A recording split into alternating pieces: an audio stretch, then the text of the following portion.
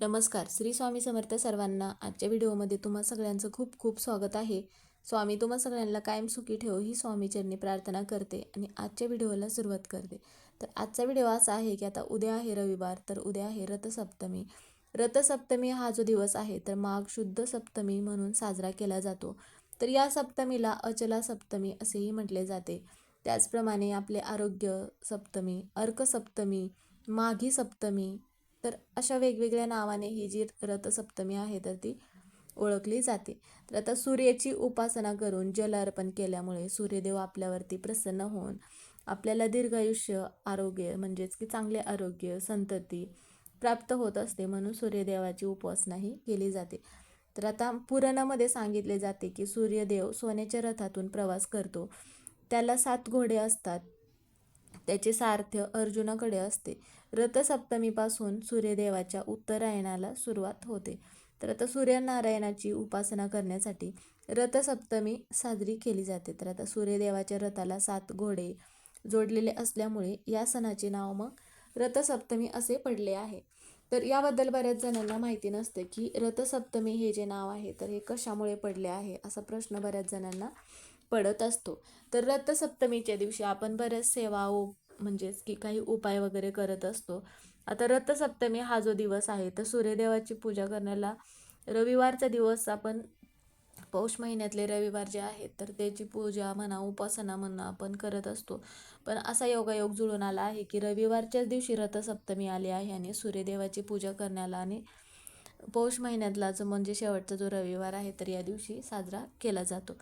तर त्याचप्रमाणे आपल्याला तुळशी मातेला एक अशी वस्तू अर्पण करायची आहे तर ज्यामुळे तुळस जी आहे तर माता लक्ष्मीचं दुसरं रूप मानले जाते. त्यामुळे आपल्या घरामध्ये अखंड लक्ष्मी राहावी असे प्रत्येकाला वाटत असते. घरातील दारिद्र्य नष्ट व्हावे म्हणून आपल्याला ही वस्तू रथसप्तमीच्या दिवशी अर्पण करायची आहे. तर त्याबद्दलचीच माहिती आपण आजच्या व्हिडिओमध्ये घेणार आहोत. व्हिडिओ शेवटपर्यंत बघा म्हणजे ही माहिती तुम्हाला पूर्णपणे समजेल. व्हिडिओ आवडला तर व्हिडिओला लाईक करा. चॅनलवर नवीन असेल तर चॅनलला सबस्क्राईब करा. तर आता रथसप्तमीच्या दिवशी सूर्यदेवाची पूजा करण्याला जास्त महत्त्व दिले जाते हे तर सगळ्यांना माहितीच आहे. सूर्याची उपासना करायची आहे. आता काही उपाय सेवा केल्यामुळे आपल्या घरातील ज्या अडचणी आहेत तर त्या दूर होत असतात. आता रविवार हा जो दिवस आहे तर आता तुळशी मातेला जल अर्पण केले जात नाही, कारण रविवारच्या दिवशी आणि एकादशीच्या दिवशी असे म्हटले जाते. पण आपण तुळशी मातेला दिवा तरी लावू शकतो, धूपदीप लावू शकतो आणि तुळशी मातेला जल अर्पण केले जात नाही. आता ज्या घरामध्ये तुळस आहे तिथे मग कोणताही वास्तुदोष निर्माण होत नाही असे म्हटले जाते. सकाळी लवकर उठल्यानंतर देवपूजा करायची आहे आणि एक तांब्या भरून पाणी घ्यायचं आहे. त्यामध्ये कुंकू, हळद, पांढरे तीळ, लाल फुलांच्या पाकळ्या त्या पाण्यामध्ये मग आपल्याला टाकायचं आहे आणि हे जे पाणी आहे तर हे पाणी घेऊन आपल्याला देवघरापुढे बसायचं आहे आणि गायत्री मंत्र म्हणायचा आहे. त्यानंतर हळद कुंकू आपल्याला तुळशी मातेला लावायचं आहे आणि ते जे जल आहे तर ते जल आपल्याला आता आपण हे जल तुळशी मातेला अर्पण करू शकत नाही, कारण की रविवार असल्यामुळे. त्यामुळे आपल्याला हे जल सूर्यदेवाला अर्पण करायचं आहे.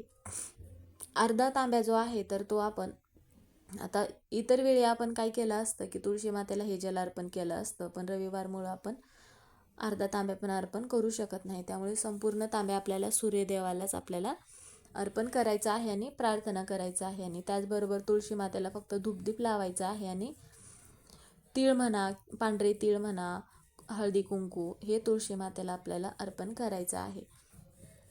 कारण की सूर्यदेवाची कृपा आपल्यावरती राहावी, माता लक्ष्मीची कृपा आपल्यावरती राहावी, आपल्या घरावरती राहावी म्हणून आपल्याला एक तांब्या भरून जल आवर्जून अर्पण करायचं आहे. सकाळी तुळशी मातेपुढे आपल्याला छोटीशी का होईना आवर्जून रांगोळी काढायची आहे आणि त्यानंतर माता लक्ष्मीची पावलं काढायचं आहेत आणि भाताचं नैवेद्य आपल्याला ठेवायचं आहे. आता सूर्यदेवाला आपण भाताचं नैवेद्य ठेवताना त्यामध्ये मीठ न टाकता आपल्याला भात बनवायचा आहे. आता मीठ म्हणा किंवा खिरीचा नैवेद्य दाखवायचा आहे, म्हणजेच की तुम्ही खीर बनवू शकता किंवा मग भाताचा नैवेद्य बनवला तरीही चालेल. आणि संध्याकाळी दिवे लागण्याच्या वेळेस आपल्याला 5 लावायचे आहेत. आता त्यामध्ये देवघरामध्ये प्रत्येक दिव्याला आपल्याला हळदी कुंकू लावायचं आहे. म्हणजे तुम्ही 5 पंत्या घेऊ शकता किंवा तुमच्याकडे घरातील इतर दिवे असतील तर ते दिवे घेतलात तरीही चालेल. पण 5 दिवे आपल्याला घरामध्ये लावायचे आहेत. आता देवघरामध्ये आपण जे दिवे आपण प्रज्वलित केले आहेत, तर प्रत्येक दिव्याला हळदी कुंकू लावायचं आहे, दिव्याची पूजा करायची आहे. दिव्यामध्ये 1 लवंग 2 वेलची टाकायची आहे आणि त्या दिव्यांनी आपल्याला काय करायचं आहे, घरातील प्रत्येक देवांना ओवाळायचं आहे. त्यानंतर त्यातले जे 2 दिवे आहेत, तर मुख्य दरवाज्यावर आपल्याला हे जे दिवे तर ठेवायचं आहे. आता घराचा मुख्य दरवाजा आतून किंवा तुम्ही बाहेरच्या बाजूने पण ठेवू शकता. तर बऱ्याच वेळा काय होतं, घराच्या बाहेर आपण जर हा दिवा ठेवला तर तो दिवा विझला जातो. मग आपल्या मनामध्ये इतर काय ना काय वाईट विचार येत असतात. त्यामुळे तुम्ही मनामध्ये कोणतेही वाईट विचार न आणता तुम्ही दिवा परत प्रज्वलित करू शकता. जर बाहेर जास्त हवा असेल तर तुम्ही मग बाहेरच्या बाजूने न ठेवता दरवाजाच्या आतल्या बाजूनेच ठेवायचं आहे. पण तुम्ही ठेवत असताना फक्त घराचा मुख्य दरवाजा असला पाहिजे अशा ठिकाणीच आपल्याला दिवा ठेवायचा आहे. आणि एक जो दिवा आहे तर तो दिवा आपल्याला तुळशी मातेजवळ ठेवायचा आहे. आणि एक दिवा आपल्या घराचा जो उत्तर दिशा आहे तर त्या घराच्या उत्तर दिशेला ठेवायचा आहे. कारण उत्तर दिशा जी आहे तर ती कुबेर म्हणजेच की धनाची दिशा मानली जाते. उत्तर दिशा ही माता लक्ष्मीची पण दिशा मानली जाते. त्यामुळे आपल्या घरामध्ये अखंड लक्ष्मी राहावी असे प्रत्येकाला वाटते. त्यामुळे मग आपल्या घरातील दारिद्र्य नष्ट होते. म्हणून असा एक दिवा, म्हणजे असे हे जे 5 दिवे आहेत तर हे 5 दिवे आपल्याला रथसप्तमीच्या दिवशी आवर्जून लावायचं आहे. पण हे दिवे आपल्याला फक्त संध्याकाळच्या वेळेसच लावायचं आहे. मग दुसऱ्या दिवशी ते जे दिवे आहेत त्या दिव्यामध्ये जर राहिलेलं तेल म्हणा किंवा काय ज्या वस्तू आहेत आपण त्या टाकलेल्या, म्हणजेच की लवंग वेलची, तर ह्या वस्तू आपल्याला काढायच्या आहेत आणि त्या वस्तू आपल्याला निर्माल्यामध्ये टाकायचं आहे. किंवा तुम्ही मग त्या वस्तू एखाद्या झाडाखाली पण टाकू शकता. तर आणि ते दिवे जे आहेत तर ते स्वच्छ दिवे करून तुम्ही घरामध्ये वापरू शकता. बऱ्याच वेळा काय होतं की आपल्या घरामध्ये ज्या आपण सेवा करतो, उपाय करतो, त्याचं फळ आपल्याला मिळत नाही. पण आपण तुळशी मातेची जर सेवा केली, तुळशी मातेला जर रथसप्तमीच्या दिवशी पांढरे तीळ म्हणा, हळदी कुंकू जर अर्पण केले तर आपल्या घरामध्ये अखंड लक्ष्मी प्राप्त होते, आपल्या घरातील दारिद्र्य नष्ट होते. आणि त्यानंतर गायत्री मंत्र आपल्याला म्हणायचा आहे 108 वेळा. आता जर तुम्हाला 108 वेळा गायत्री मंत्र म्हणणं शक्य होत नसेल तर तुम्ही 21 वेळा म्हटलात तरीही चालेल. ओम सूर्यदेवाय नमः असा मंत्र पण आपल्याला 108 वेळा म्हणायचा आहे.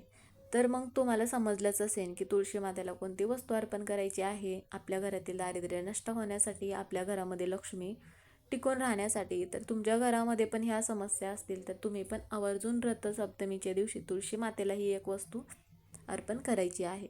तर व्हिडिओ इथेच संपला. तुम्हाला माहिती पूर्णपणे समजली असेल तर व्हिडिओ कसा वाटला कमेंट करून नक्की सांगा. कमेंटमध्ये ओम महालक्ष्मी नमः हे लिहायला विसरू नका.